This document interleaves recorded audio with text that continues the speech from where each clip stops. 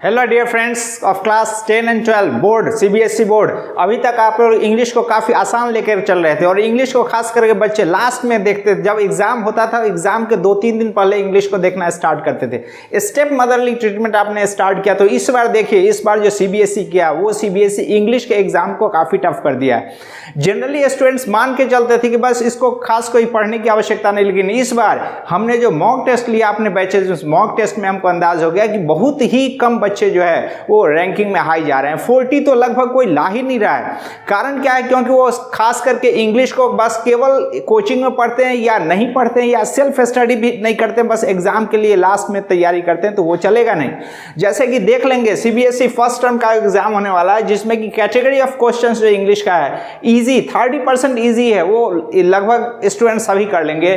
जो 30% नेक्स्ट है not so easy है, उसके टफ 20% है, टफेस्ट 20% है। ये टफेस्ट जो 20% है काफी लॉजिकल है, असर्शन है, रीजनिंग है, कॉज इफेक्ट है, सब कुछ दिया गया है, फिर भी आपको परेशानी होगी। क्वेश्चंस का जो ऑप्शंस है 4 ऑप्शंस, उसमें कई बार ऐसे ऑप्शंस है जो लगभग लगता है कि ये भी सही ये भी सही है, यानी कि एलिमिनेशन राउंड इसमें करना पड़ता है। जो कि कंसेप्ट जिसका सही है वही कर सकता है, अन्यथा काफी मुश्किल है। आप कोई चीज को याद करके अभी तक देते चले थे, लेकिन इस बार सीबीएसई ने चेंज कर दिया। काफी आपको लॉजिकल काफी एनालिटिकल रहना पड़ेगा, तभी जाकर के ये 20% आप जो है क्वेश्चन अटेम्प्ट कर सकते हो। नॉट ओनली दैट, ये जो 20% क्वेश्चन है इसके लिए भी काफी आपको लॉजिकल एनालिटिकल होना पड़ेगा।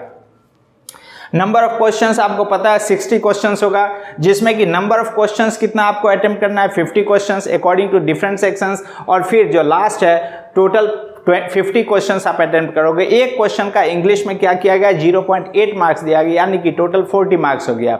इसको आखिर करेंगे क्या? सबसे ज्यादा डिफिकल्टीज कहाँ हो रहा है? रीडिंग सेक्शंस में, क्योंकि अनसीन पैसेजेस है। मोस्ट ऑफ द स्टूडेंट्स जिसका कि उतना इंग्लिश स्ट्रांग नहीं है, अंडरस्टैंडिंग पावर उतना नहीं है, कंसेप्चुअल पावर उतना नहीं है, उसके बाद जो क्वेश्चंस नीचे दिया गया वो काफी कंफ्यूज हो जाते हैं, कौन सा आंसर होगा कौन सा नहीं होगा।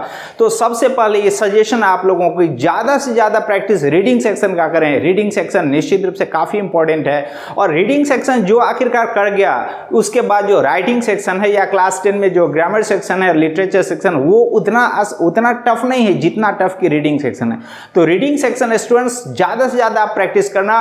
जो राइटिंग सेक्शन है क्लास 12 के लिए, और उसके बाद जो ग्रामर सेक्शन और राइटिंग है क्लास 10 के लिए प्लस लिटरेचर, इसको भी प्रैक्टिस करना। लेकिन जो रीडिंग सेक्शन वो रीडिंग सेक्शन को ज्यादा से ज्यादा प्रैक्टिस करोगे तभी चांसेस बन सकता है, अन्यथा आप देख लेना कि आपका जो फिजिक्स है, केमिस्ट्री है, मैथ्स है, बायो है, अकाउंट्स है, इकोनॉमिक्स है या आर्ट्स का और कोई भी सब्जेक्ट है उसमें नंबर आपका बढ़ जाएगा, लेकिन इस बार इंग्लिश का मार्क्स जो है वह निश्चित रूप से आपको काफी पीछे रखेगा अगर आप उसके साथ सही से जस्टिफिकेशन नहीं किए। इसलिए अभी भी वक्त है कि आप जो भी वक्त बच गया अभी भी उसमें ज्यादा से ज्यादा प्रैक्टिस सेट बनाओ। जितना ज्यादा प्रैक्टिस सेट बनाओगे उतना ही ज्यादा आपका अंडरस्टैंडिंग पावर होगा, कंसेप्ट आपका बढ़ेगा, और उसके बाद आपको जब एग्जाम में बैठोगे तो निश्चित रूप से आसान होगा। तो विद बेस्ट विशेस, आपको मेरे तरफ से बेस्ट विशेस और इस सजेशंस के साथ कि practice practice and practice to get the success in the first term examination, that also in English. अब आप आगे देखोगे इस वीडियो में किस तरह से मेरे स्टूडेंट्स एग्जाम दे रहे हैं। वो मॉक टेस्ट जो पेपर है इंग्लिश का वो दे रहे हैं, और उस मॉक टेस्ट देने के बाद जब वो क्लासरूम से निकलते हैं एग्जाम देने के बाद तो उनका रिएक्शंस आप देखोगे आखिरकार उनके नजर में ये एग्जामिनेशन जो इंग्लिश पेपर है वो किस तरह का है, कैसे तैयारी करना है, क्या उनमें लैकिंग्स है, ये सारा आपको बताएंगे। तो निश्चित रूप से आप बीइंग ए स्टूडेंट सर्टेनली आप समझोगे कि आखिरकार क्या परेशानी है, कैसे उसकी तैयारी करना है। और इस वीडियो को निश्चित रूप से लास्ट तक देखेंगे, खास करके स्टूडेंट्स ऑफ 10 12, ताकि वो समझ जाएंगे कि जो इंग्लिश को आज तक आसान समझते चले थे पेपर को वो कितना टफ है और किस तरह से तैयारी करनी है। Best wishes to everyone. If you have prepared well for this English test or English exam, or if you have prepared once or twice, then it's easy. I mean, it's not easy, but it's moderate. But for the beginners who are starting their preparations from this week only, it's tough. I mean, all the options look so much similar that you cannot find or you cannot select that which among them is correct. Thank you. Prepare well. This is Anushka Aryan. I have given mock test of English right now, and I have I felt like we need to practice hard.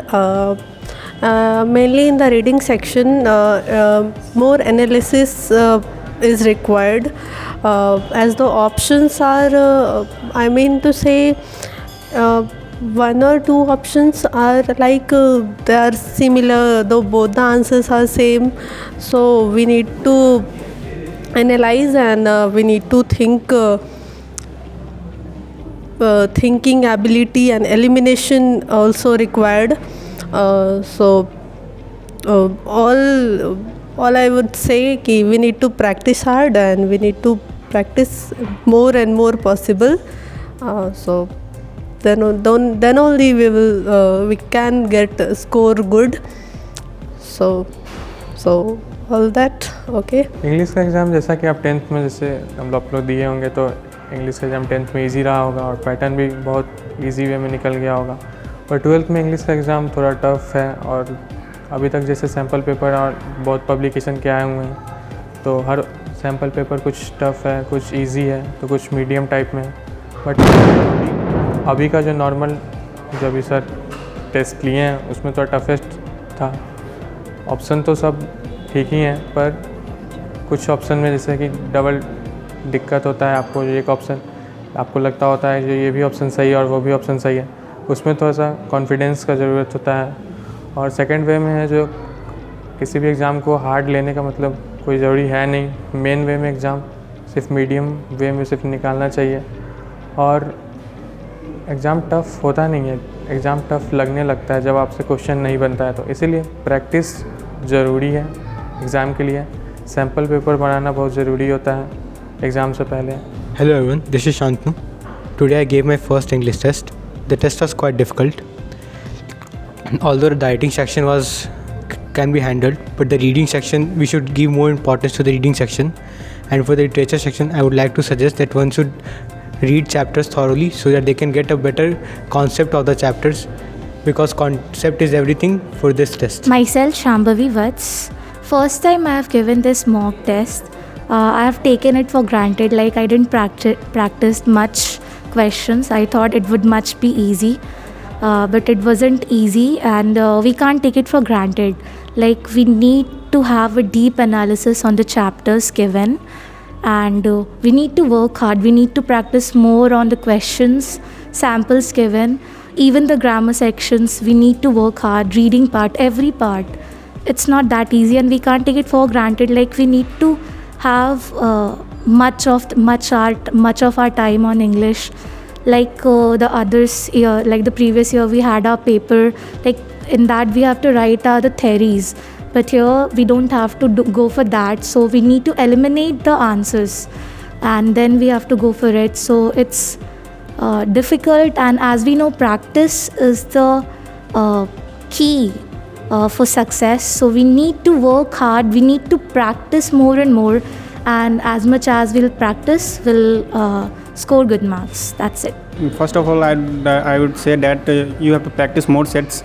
As previous year question paper, we will analyze that there is no much needed practice in question paper. But according to this session, CBSE has introduced competency-based questions, which are I think a bit tougher than previous years. So I think your students should follow writing section, grammar section, literature section as well, all the sections, and practice at least 15 question sets. I think 20% questions are easy and 20% not so easy. 30% you would say tough. Good afternoon. Question easy था, थोड़ा hard भी था, लेकिन ठीक ही था, अच्छा था। Practice करने की ज़रूरत है। पर डे कम से कम एक सेट हम लोग को प्रैक्टिस करना है और एग्ज़ाम के पहले कम से कम 20 सेट्स तो प्रैक्टिस पूरा से कर लेना है और काफ़ी अच्छे से करना है।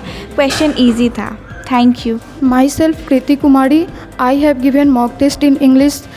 Generally, I think English is an easy subject as compared to math, science, physics, but it is going to be hard. So practice is more important to build up our concept. Hi, this is myself Anjali. I have given right now mock test. The question is so tough. After the given mock test, I will realize that we have to practice more and more. The question will be divided in 3 parts: reading section, writing section, and the literature. I think the reading section have practiced more and more.